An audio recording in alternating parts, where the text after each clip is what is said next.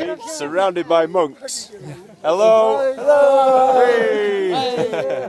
Come on! I'm with you all the way! France is at the top and he's in another country! Almost 2,000 metres above sea level.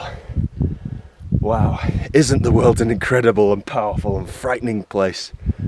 And isn't Tajikistan a special and beautiful country? A steep, almost vertical wall. So I found myself in just the most incredible scene.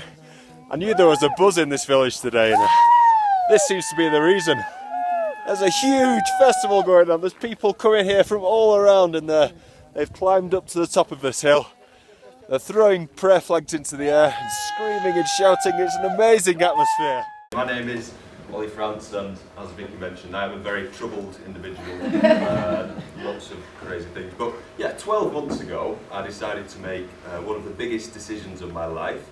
As sort of a young 20-something ambitious person, things were going quite well. I was, in a good job, just had a promotion, and I had a bonus scheme and a boss who allowed me many freedoms.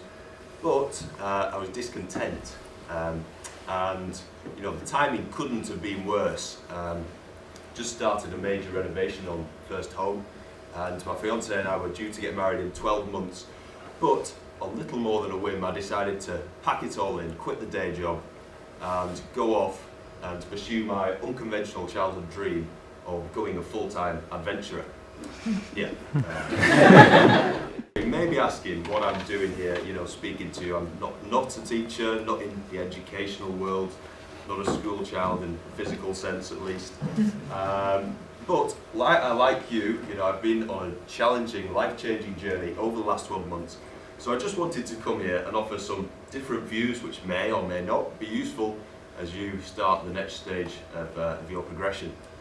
I'd like you to imagine the coldest temperature you've ever experienced. And I'm thinking back to a time in March of this year where I was lying in a trench in the snow, and I was looking up and there was a snowstorm above my head. I can picture it now. I had snow dropping on my face. I was cocooned by my sleeping bag and a waterproof bivouac. And I looked over to my left hand side. I could see a big blizzard rolling in across the mountains towards me.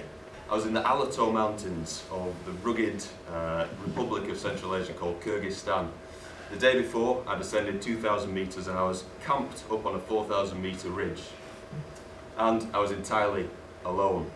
It was midwinter, the mountains were deserted. So at this stage, I was midway through my 8,000-mile overland journey, which took me from Hong Kong to Istanbul. My aim was to travel along the mountainous spine of Asia, climbing at least one mountain in each country. The moment I've just described to you is one of those distinct memories I have where I really had to think to myself, how much do I want it? Should I get out of my sleeping bag?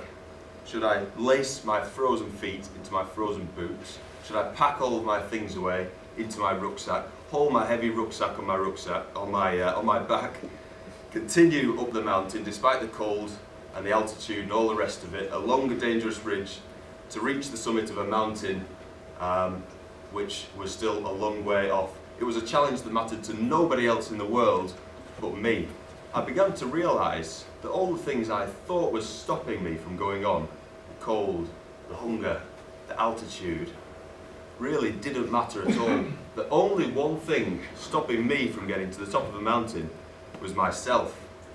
I knew I had the skills required to go on, but did I have the guts, the drive, the resilience?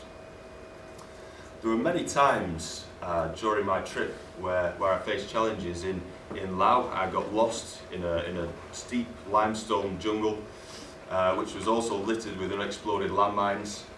In China, I was interrogated and stalked by police on more than one occasion.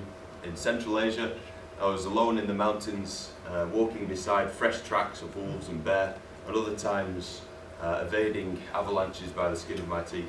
And then in Uzbekistan, I was detained on the border for 4 days, held just by the border of Afghanistan, merely for possessing some medicines which they deemed illegal. So all these times and more where my own resilience could have faltered, where I could have conceded to the difficulty of my ambition, my dream, turned around, given up and gone home. And I turned up the mountain and I carried on over the ridge, and I finally made it to the summit mid-morning despite everything against me. And that moment when I stood on the summit, I realised exactly why humans commit themselves to doing difficult things.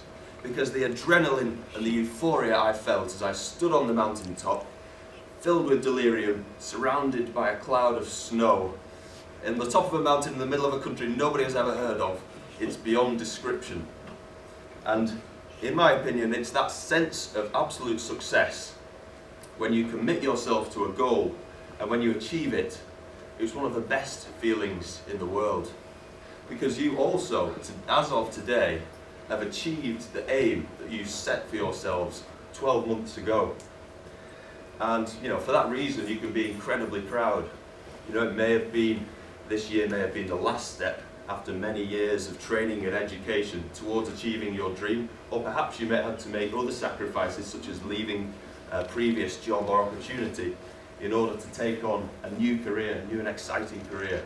So it's an incredibly proud day. I can confidently assume therefore that standing here today, through all the challenges you faced, you're set with a brand new set of skills and experiences, which, as I did, as I lay in that cold snow back in March, you can look back at these moments and really think to yourself, you can take confidence from these moments. You can feel empowered by the achievements that you have behind you.